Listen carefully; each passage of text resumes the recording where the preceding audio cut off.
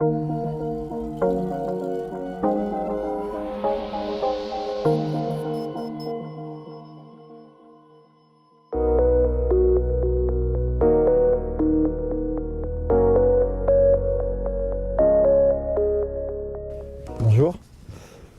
Donc effectivement, alors ça sera plutôt une démo en fait, précédée d'une petite présentation de ce que c'est que Nix, pour ceux qui ne savent pas encore. Donc là, on est dans le contexte de l'installation des logiciels sur les plateformes de calcul. Donc c'est assez admin système, voire utilisation. Donc pour commencer, on va déjà, alors vraiment très rapidement, je vais vous montrer un peu ce que c'est que Nix. Et vous placez avant ça le contexte. Donc le contexte sur les machines HPC, en général, on connaît bien ce mode de fonctionnement pour le déploiement des logiciels et des librairies. C'est-à-dire qu'on va installer les logiciels en question, on va les compiler dans des répertoires bien séparés, et puis on va créer des modules d'environnement. Et donc on va utiliser une petite commande qui s'appelle la commande module, que nos utilisateurs en tout cas connaissent très bien, puisqu'ils vont souvent commencer un job par un module load ou toute une série de modules load pour charger des environnements. Donc ça va configurer des variables d'environnement, typiquement la variable path, la variable LD library path, etc.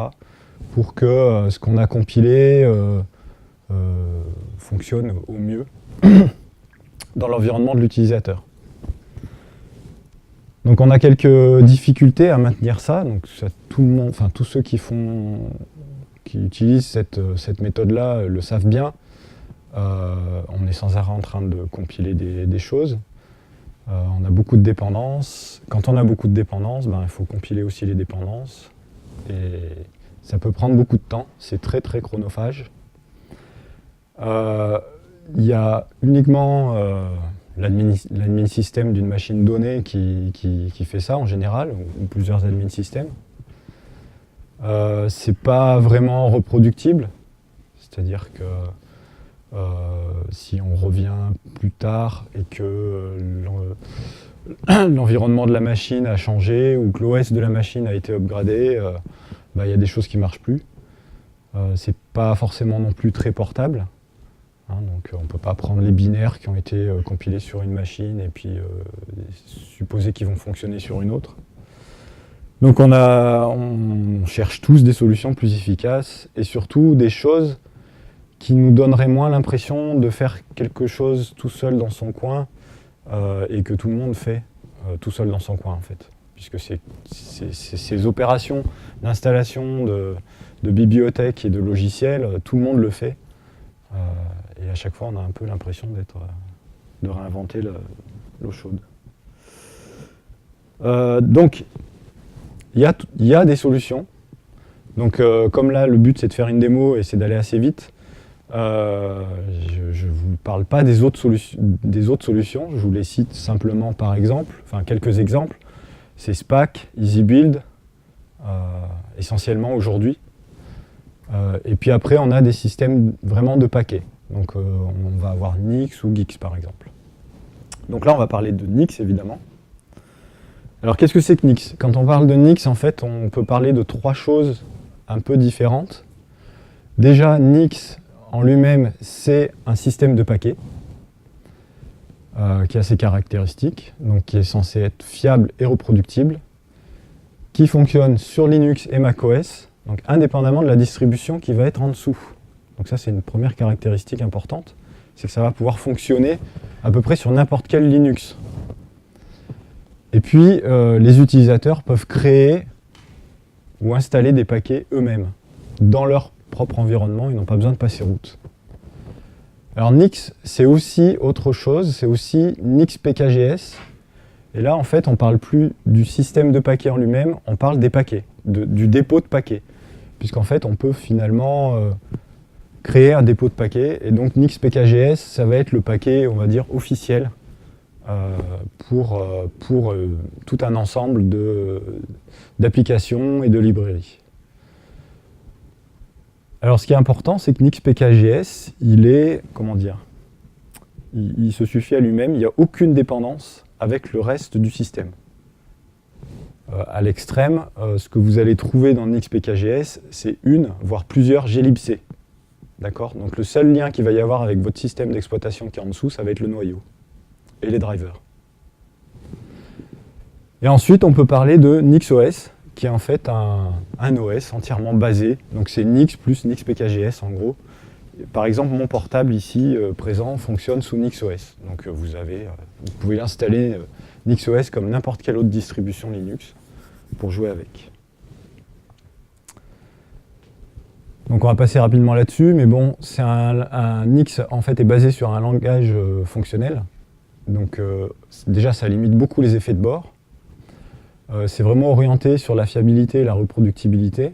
Donc dans notre milieu qui est recherche et expérimentation, c'est quand même très intéressant.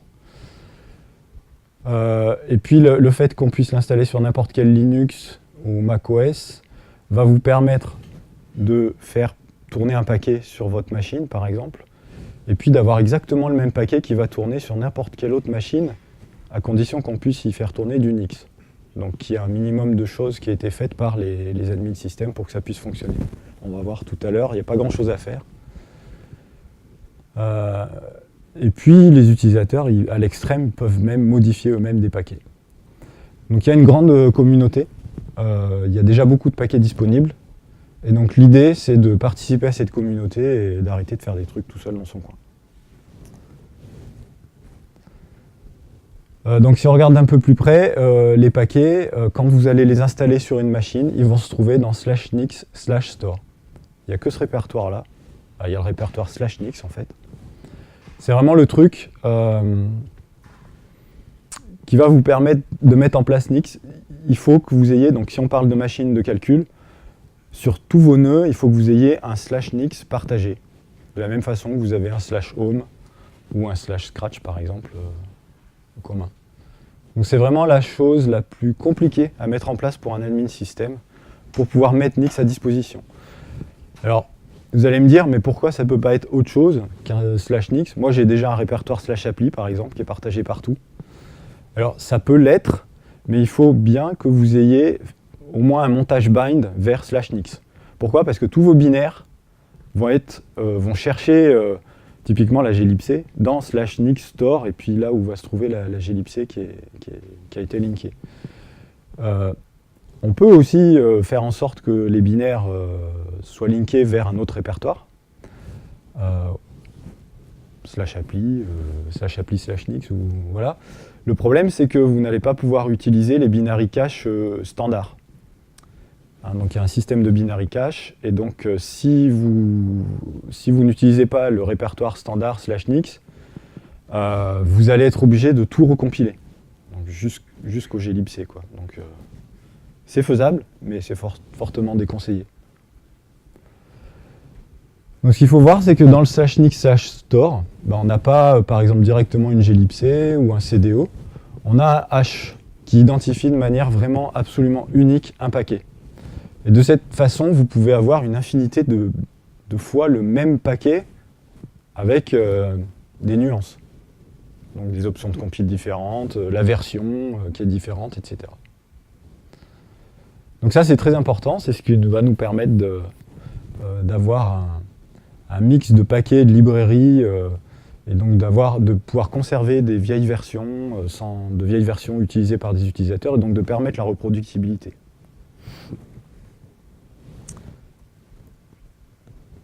S'il n'y avait qu'une chose à retenir, c'est que l'installation d'un paquet, c'est simplement la création de liens symboliques dans un répertoire qui est le nixprofile, on va le voir tout à l'heure, donc .nixprofile, et c'est tout en fait. C'est-à-dire qu'installer un paquet, finalement, on va utiliser une petite commande qui va créer un jeu de liens symboliques dans votre nixprofile. Et simplement, vous avez dans votre pass, vous avez nixprofile /bin. Et tous les binaires sont compilés de manière à avoir un running pass qui va trouver directement les librairies au bon endroit dans le store. Donc là, on a un exemple avec une commande Hello qui n'a pas beaucoup de dépendance, mais qui dépend au moins d'une libc. Et donc, on voit que cette libc, elle est dans le store. Et ce n'est pas la libc de votre système qui va être utilisée. C'est ce qui rend les paquets Nix assez indépendants de votre OS, en fait. Donc on va aller assez vite sur les concepts avancés, parce que le mieux, c'est de vous les montrer. Donc, la notion de profile est assez intéressante pour nous dans le monde du HPC. Donc c'est une notion qui est un peu multi-utilisateur. C'est vraiment tout un jeu de liens symboliques. Donc on va regarder ça tout à l'heure. Il y a la notion de channel.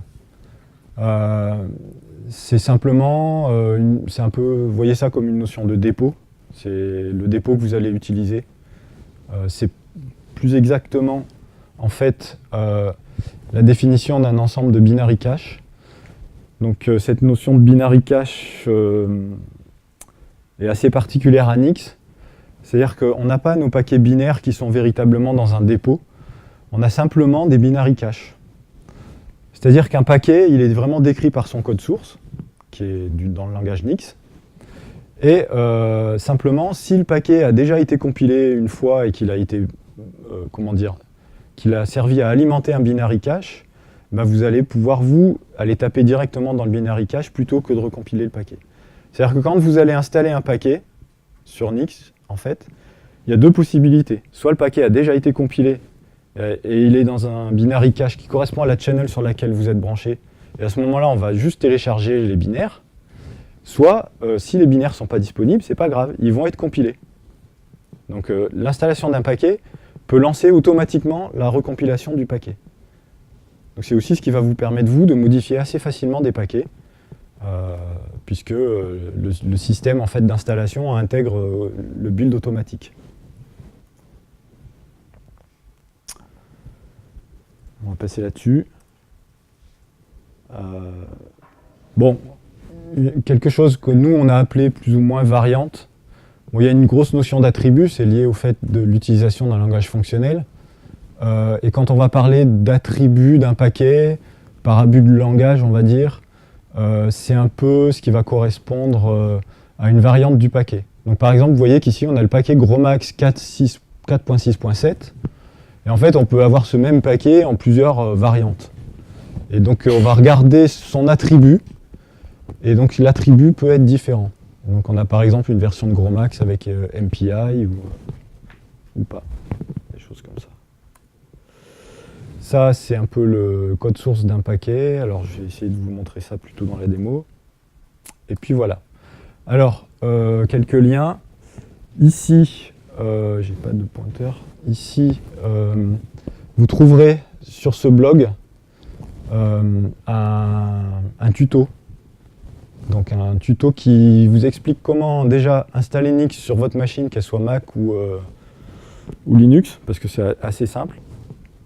Donc vous pouvez jouer tout de suite. N'ayez pas peur d'essayer Nix en fait sur votre machine, puisque la seule chose que ça va créer dans votre machine, c'est un /nix et un .nix profile dans votre home. Donc vous pourrez très facilement l'enlever, il suffira de faire rm/nix et rm.nixprofile. Donc le tuto part de là et vous explique jusqu'à comment faire un paquet. Donc c'est un tuto qu'on a joué au JDev à Marseille. Et ça c'est... Je pense qu'il a été bien testé déjà. Donc, je vais m'asseoir quand même pour la démo. Alors, le tuto, je peux déjà vous le montrer. Donc je vais peut-être m'y référer de temps en temps.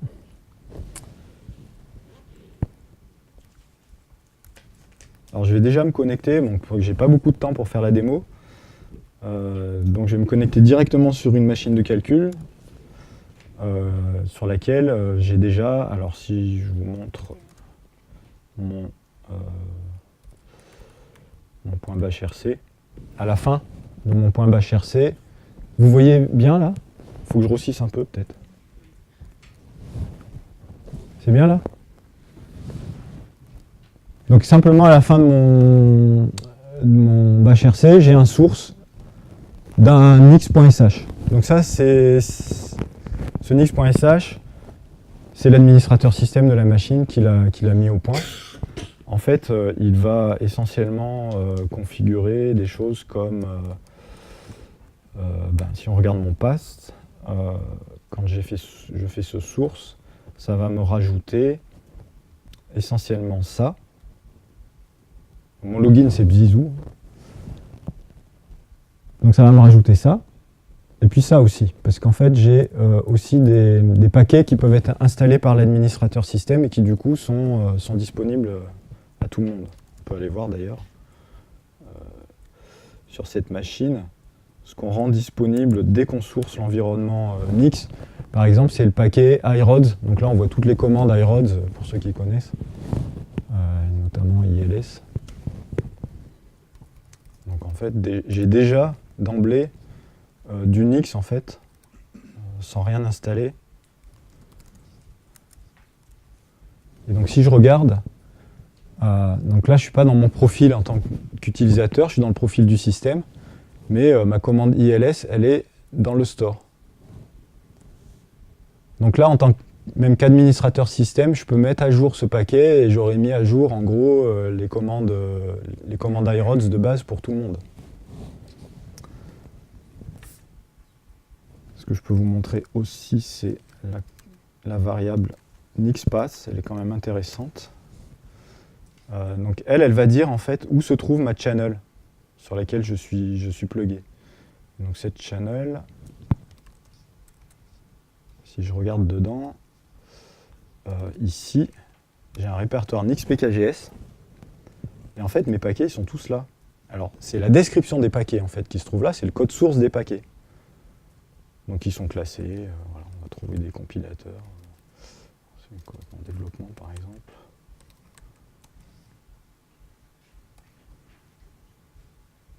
Je ne vais pas aller jusqu'à regarder le code d'un paquet parce qu'on va en regarder un tout à l'heure. Dernière variable qui a été configurée qui peut être intéressante, c'est nix user profile dir, puisqu'en fait je vais m'en servir. Donc mon profil en fait il va pointer vers une version de mon profil, enfin, mon lien symbolique ./nixprofile hein, qui est là.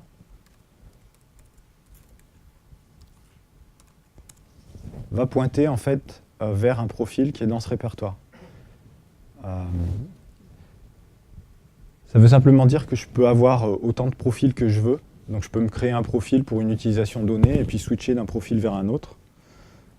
Et ça, même ça, c'est stocké dans le store de Nix en fait. Alors pourquoi c'est stocké dans le store de Nix?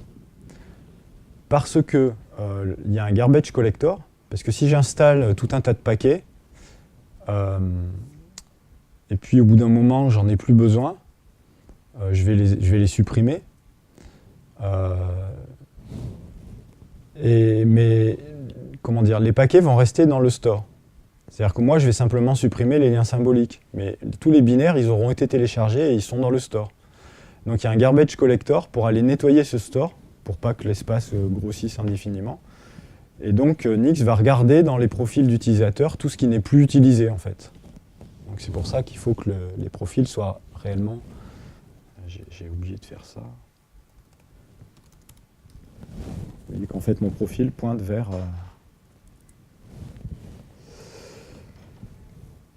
Alors les paquets proprement dit. La commande pour lister et pour interagir avec Nix, la commande que vous allez utiliser les 3/4 du temps, ça va être nix-env. Et donc je peux faire par exemple des queries, donc avec l'option -q. Et donc je peux faire la query sur tous les paquets. Donc ça peut prendre un certain temps parce qu'il faut qu'il récupère la liste de tous les paquets. Alors comme mon store en plus il est sur le scratch du système, en fonction de la charge qu'il y a sur la machine, ça peut prendre des fois du temps. En plus il y a l'effet démo aussi, donc forcément il doit y avoir beaucoup d'IO dans le scratch en ce moment. ça, je l'avais un peu prévu, donc je crois que j'avais... on va lui laisser encore quelques secondes. L'idée, c'est de cette commande que je viens de lancer, c'est de la rediriger dans un fichier, et puis vous utilisez le fichier.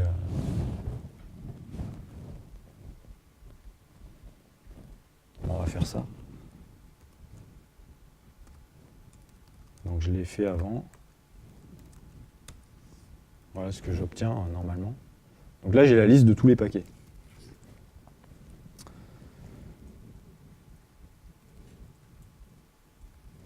On va en installer un. Alors on va installer... Alors déjà, je vais changer de profil. Donc voilà comment on change de profil. Alors j'ai rappelé une commande que j'ai déjà tapée. Du coup, je vais l'appeler... Ouais. Il n'y a pas de 2S à succès, je crois. Donc là, je vais me créer en fait un nouveau profil. Je pense que je ne l'ai jamais fait celui-là. Donc si je veux voir ce que j'ai dans mon profil actuellement, j'ai aucun paquet. Si je fais nix-env-q, je liste les paquets qui sont actuellement installés dans mon profil. Là, j'en ai pas.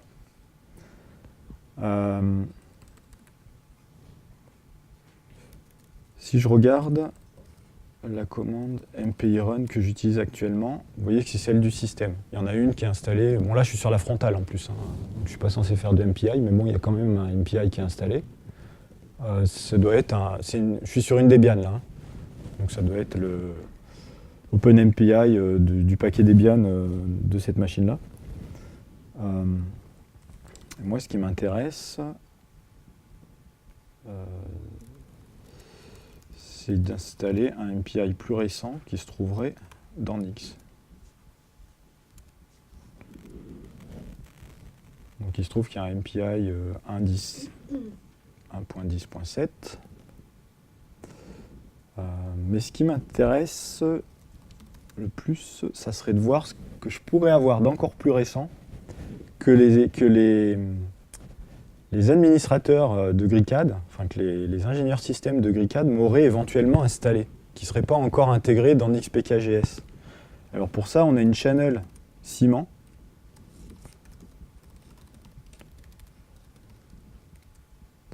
Donc c'est ciment channel. Tac. Là, je peux lister des paquets en fait qui sont dans une channel qui est locale. Donc ça, c'est que dans notre mésocentre. Alors, ce qu'on met là-dedans, c'est des paquets qu'on est soit en train de construire, soit des paquets qu'on a éventuellement même modifiés et qui ne sont pas encore dans l'upstream, qui ne sont pas encore officiellement dans NixPKGS. Mais ça nous permet, nous, déjà de les utiliser, même de les tester sur nos différentes machines. Donc là, par exemple, ce qui peut être intéressant, c'est d'installer ce OpenMPI 2, qui n'est pas encore dispo dans Nix, visiblement. Pour ça, je fais ça. Donc là, je sélectionne par attribut. En fait, je pourrais faire nixenv-i OpenMPI 2.1.1.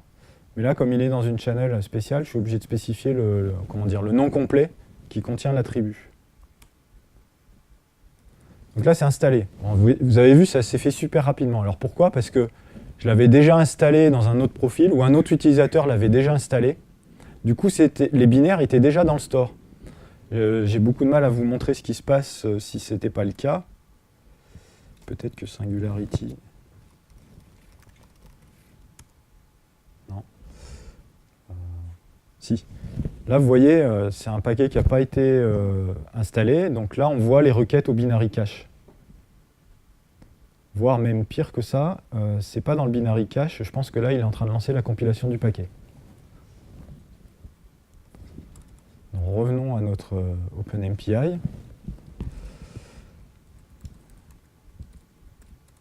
Donc maintenant, si je liste les paquets qui sont dans mon environnement, il y a un OpenMPI. Et donc si je fais un which MPI run, cette fois-ci, je ne vais plus utiliser celui du système, mais celui qui est dans mon profil. Alors si je regarde un peu plus près ce que c'est, alors c'est ort run, avec MPI 2. OpenMPI 2, c'est... Et donc là, ce qui se passe, c'est que comme j'ai qu'un seul paquet, c'est carrément tout /bin qui pointe vers le /bin du paquet. Si j'installe autre chose,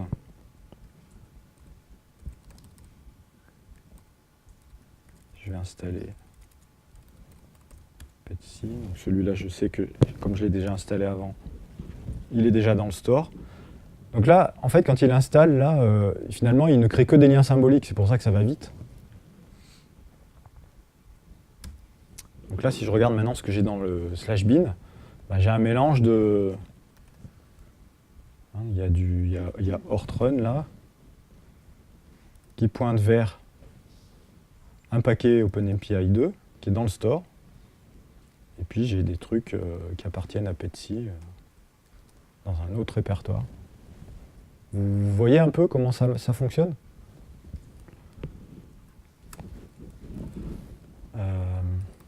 Ce qui peut être intéressant, c'est de regarder, je sais pas...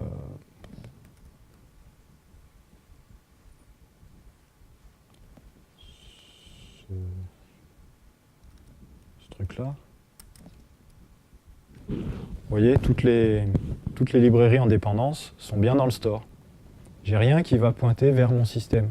Ça, c'est ce qui fait vraiment que ça va être portable d'un système à un autre.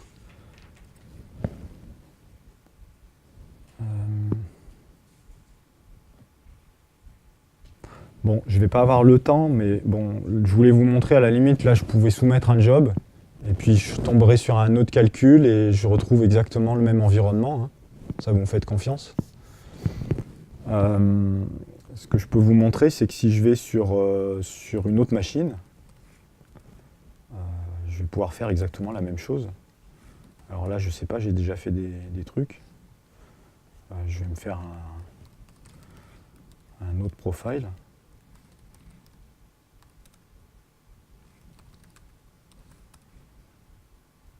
Donc je ne suis plus du tout sur la même machine de calcul. Hein. D'ailleurs, même physiquement, elles ne sont pas au même endroit. Hein. Luc est ici, dans ce bâtiment, et Froggy se trouve en chimie. Et là, je vais installer -i, -a.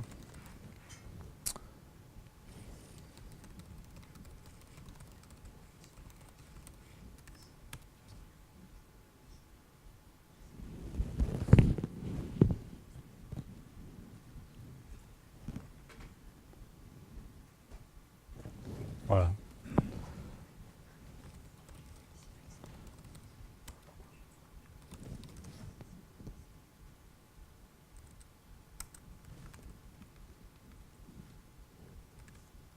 A priori, je devrais avoir exactement la même chose. Donc, le bin. Je n'ai pas vérifié le hash, mais bon, ça doit être le même. Donc là, il me reste combien de temps? 5 minutes. Je voudrais vous montrer simplement comment je pourrais modifier facilement un paquet. Donc très rapidement. Je vais revenir sur Luc.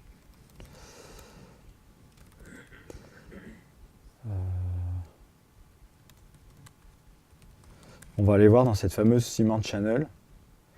On va voir le paquet, le fameux paquet Petsy que j'ai installé.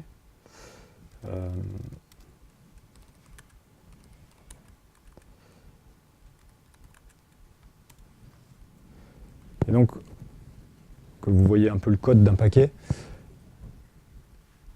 sans comprendre spécialement le langage, on voit que on crée une dérivation, donc un paquet, ça va être une dérivation en gros. On donne un nom, on donne les sources, avec un hash pour les sources, pour être sûr que ce soit bien ces sources-là. On peut éventuellement avoir des patchs, et puis on met toutes les dépendances. Après, on va utiliser un builder à peu près standard, donc ça va faire du make et du make install, et donc pour ça, je peux juste simplement spécifier des configure flags. D'accord? Et admettons que ce paquet, il me plaît pas. Dans Nix, en fait, j'ai pas OpenMP pour PET-SCC. Donc, admettons, alors vraiment de manière crade, je peux mettre ici OpenMP égale 1. Mais bon, si on veut faire plus propre, on va définir ici un attribut, un nouvel attribut, par exemple OpenMP enable égale true, quelque chose comme ça, et puis on va rajouter un test, ce qui va nous permettre de choisir, en fait, de faire comme ce qu'on a vu tout à l'heure avec GrowMax, d'avoir un attribut qui va nous permettre de choisir une version OpenMP de PETSC. Bon, bah là, je vais faire la version CRAD parce que je vais aller vite. Je fais ça. Et là, je vais utiliser nixbuild. Et donc...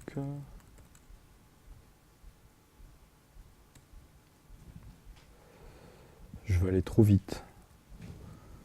C'est ciment. Donc là, au lieu de m'installer PETSC, bah, qu'est-ce qu'il fait? Il me recompile. Ah bon, en même temps, j'ai tapé nixbuild, mais si j'avais fait nixbuild, je l'interromps. C'est pas gênant de l'interrompre, hein, ça se nettoie tout seul. Le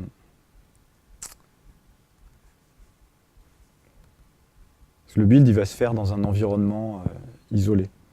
Si je remets mon 0 là, normalement, sauf s'il y a l'effet démo, vous voyez, il n'a rien fait en fait. Il me donne simplement le chemin où il se trouve dans le store. Tout à l'heure, je l'ai déjà installé, il l'a téléchargé dans les binary cache, il est dans le store de cette machine. Si je lui demande de le recompiler, il ne le recompile pas. Il sait que de toute façon, ça donnera bit par bit exactement la même chose. Vous voyez, donc là, simplement, je change un truc dans le code du paquet, et là, il va se rendre compte, il va générer un nouveau hash, en fait. Et là, il va me le recompiler.